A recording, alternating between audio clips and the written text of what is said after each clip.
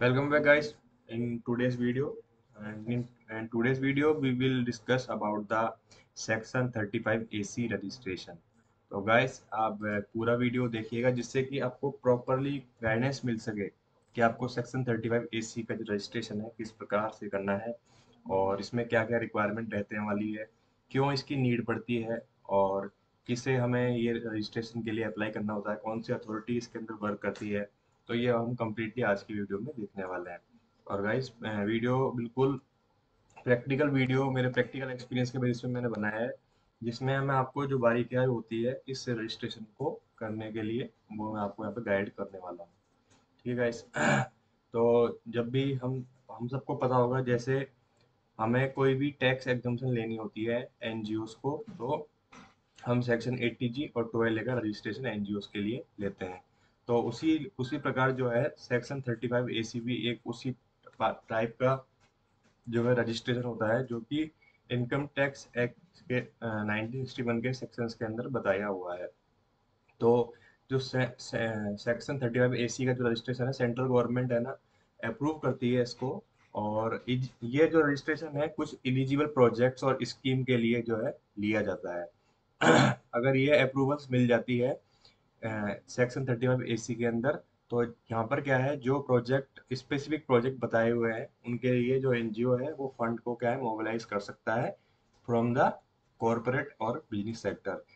क्या होता है, बिजनेस सेक्टर और कॉरपोरेट्स को सेक्शंस कुछ एक स्पेसिफिक एग्जाम्पशंस को लेने के लिए कुछ एक स्पेसिफिक एग्जाम्पशंस को लेने के लिए क्या है, रजिस्ट्रेशन वगैरह यहाँ पे कराने होते हैं। तो उसी के लिए सेक्शन 35 एसी का रजिस्ट्रेशन किया जाता है। तो यहाँ पे क्या होता है, सेंट्रल गवर्नमेंट ने कमिटी कंस्टिट्यूट की है, नेशनल कमिटी, जिससे कि वो प्रोजेक्ट्स को आइडेंटिफाई कर सके सेक्शन 35 एसी के अंदर। और ये कमिटी क्या है, इस कमिटी के अंदर एमिनेंट पर्सन होते हैं जो कि एप्लीकेशन आती है उसको क्या है यहाँ पर चेक करते हैं कि जो भी एप्लीकेशन आई है प्रॉपर है या नहीं है। तो ये हमें लाइक जो ये रजिस्ट्रेशन है ये हमें क्या है नेशनल कमिटी को अप्लाई करना होता है जिस स्कीम के लिए या प्रोजेक्ट के लिए हमें चाहिए होता है। अब हम चलते हैं आगे कि इसमें क्या क्या डॉक्यूमेंट लगने वाले हैं, क्या क्या इंफॉर्मेशन जाएगी यहाँ पर इस रजिस्ट्रेशन को लेने के लिए। तो एप्लीकेशन क्या है, आपको दो सेट में एप्लीकेशन भेजनी होगी, जो कि हिंदी या इंग्लिश के अंदर हो सकती है लैंग्वेज। और नाम डालना पड़ेगा, एड्रेस वगैरह एप्लीकेंट का यहाँ पर बताना होगा, डिस्ट्रिक्ट वार्ड वगैरह जो है प्रॉपर तरीके से यहाँ पर डिस्क्लोज करना होगा। इसके अलावा ऑडिटेड बैलेंस शीट देनी होगी, P and L income and expenditure account देना होगा लेटेस्ट ईयर का और टू प्रीसीडिंग ईयर्स का। इसके अलावा कॉन्स्टिट्यूशन बताना पड़ेगा कि किस टाइप से कॉन्स्टिट्यूटेड है जो कंपनी है, सेक्शन 8 कंपनी है, ट्रस्ट है, सोसाइटी है। तो उसी अकॉर्डिंग क्या है यहाँ पे हमको डॉक्यूमेंट भी प्रोवाइड कराने होंगे।